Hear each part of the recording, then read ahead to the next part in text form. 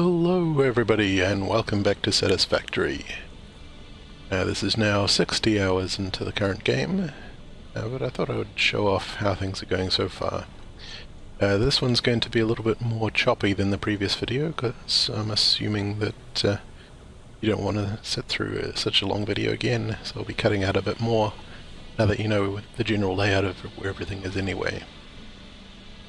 So let's show off what's happened. Starters, it's all gone. My previous limestone processing node over here, well, there's the node. I've upgraded it to a Mark II miner. It looks like I've forgotten to connect it to power some of the changes that I've done, and I've built this new processing building.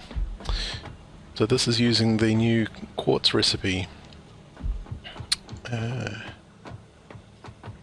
put that power connector for this thing. Deleted it, that's the problem. Let's just quickly put that back in.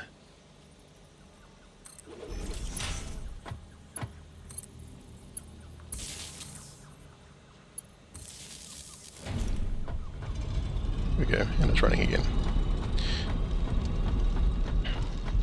So this floor is going to have the same, because I'm actually only using half of the output that this miner can produce, but I haven't put in the actual machines into here yet. Over here, you can see I've also revamped the quartz processing building a bit. Let's go down there. And as you can also see, I've unlocked the walkways in the shop finally. But if we go down here, this floor is much the same as before. I've added on a couple of extra constructors and widened it a bit. So these are one floor. Well, actually, both floors are producing both silica and quartz, and they're just receiving from both of these nodes here. And so this is actually fully utilizing the output of both of these.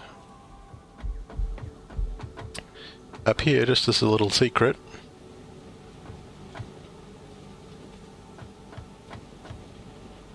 this is where the silica and quartz comes from each of the two floors, and they go out here, but they also divert some of the silica off over into the concrete processing building over here. Unfortunately, there's not really any way to avoid these empty holes in the walls at the moment. It would be nice if we get the ability to put in holes just where we need them to be in the walls, similar to how we can do that now with some of the other things like the pipes and so forth. But at the moment we're limited to restricted things, so when we need the spacing we have to have the two holes, even if we're not actually using them. And here you can see I'm using this hole on that one and this hole on that level, so with the spacing at that level you can't have them directly using the center hole only, otherwise that interfere. But anyway, these belts are where things come in on the main line. This is for the second floor of concrete. Yes, the silica and quartz coming in. As you can see, they don't actually go anywhere yet. It's because I'm still draining the silica and quartz from the old system over here. I've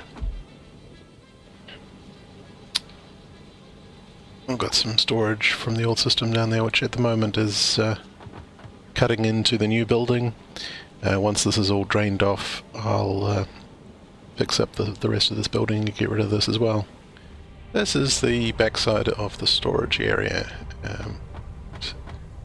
As you can see, I've replaced all the large amounts of overflow splitters here with just the single adjustable splitter from the Advanced Logistics mod, which is good. It's more compact, although it still does require a bit of weirdness from the belts because of the we can't have an output going directly up.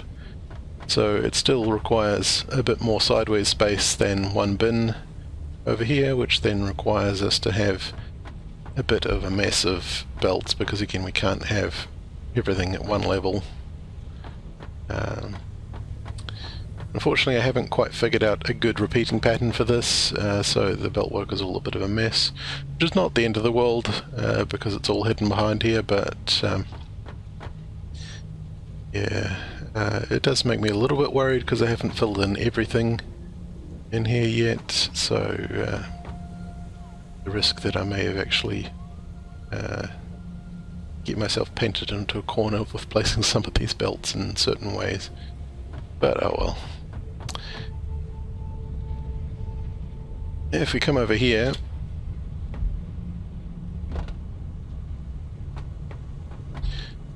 so on the other side you can see I've done this treatment over here to copper stuff coming in, because yes, I've finally moved the copper production into the base. I haven't yet upgraded any of the iron stuff, we'll get to that in a moment.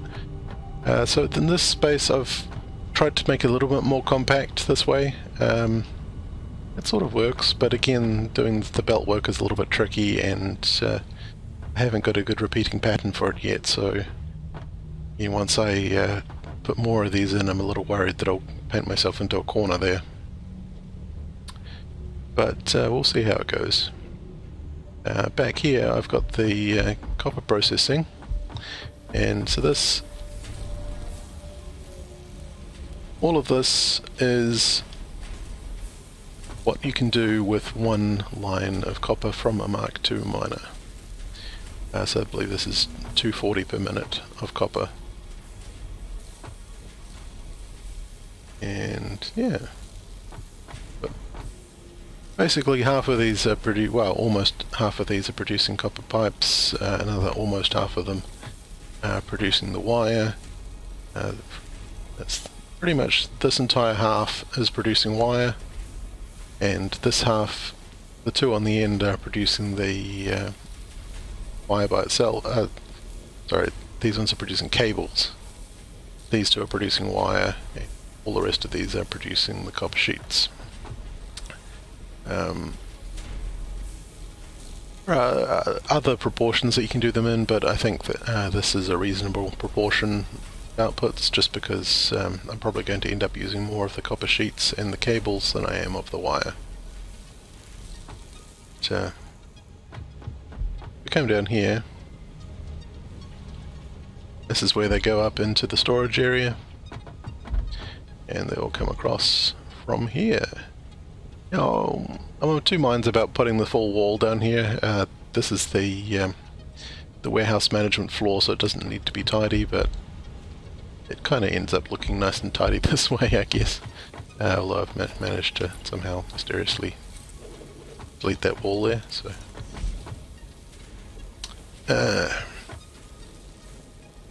Yeah, so the outputs come along from various places from the floor above, and at the moment this is the only input, 240 line of copper here. I've run another line here which is intended for the other copper node, and this will have to go up to a second floor of processing, but I haven't actually done anything yet, so this is currently empty. If we follow this back along, you can see this is the area outside my base where I've cleaned up a lot of the extra crap that I had out here. All the biofuel generators have been removed here. I've not yet touched any of these iron processing buildings, but that's probably next on the list, after finishing off the concrete building over on the other end.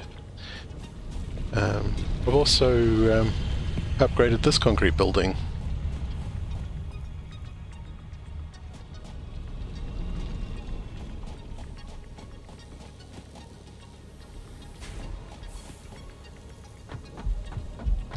And this is where all the concrete from this node is getting turned into concrete and sent back into the base. Over in the distance you can see the copper building, which is mostly the same as before, but I've added on an extra floor and upgraded that to a Mark II miner as well.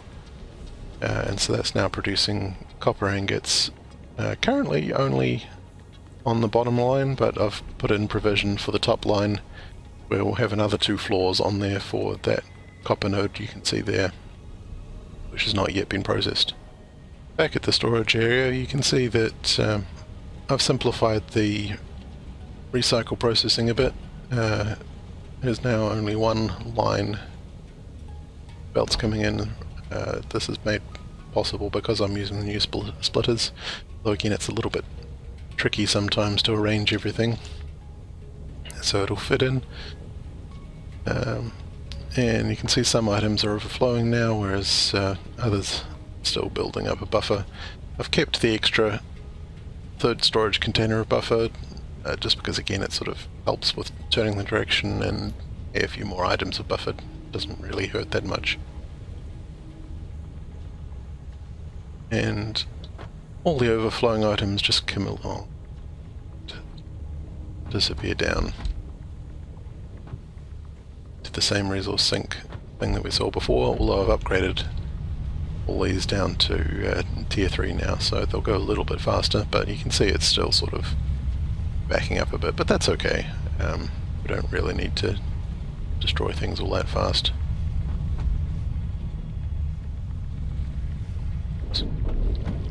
Almost missed that time.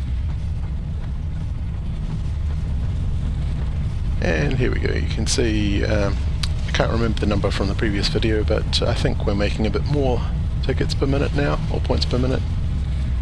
So I've gotten quite a few more tickets out of this.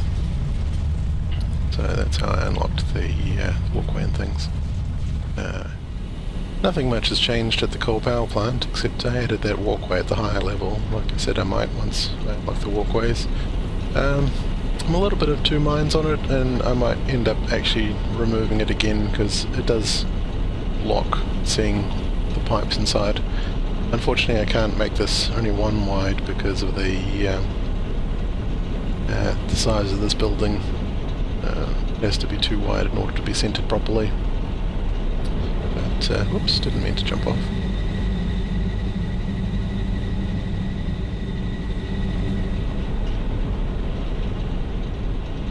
So yeah, you can't really see the pipe work anymore, which is kind of a shame, so I might end up removing this again. But I have extended it all the way down to here, and you can use these to climb up onto it if you want to. Little ramp over here you can use to get there if you need to. And yeah, so that's that.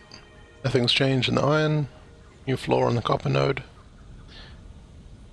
new copper processing section within the base.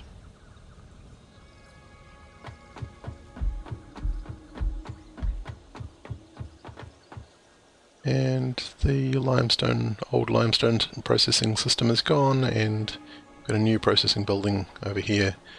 A little bit of the redesign of the quartz system back there. I should add though that the 60 hours isn't all completely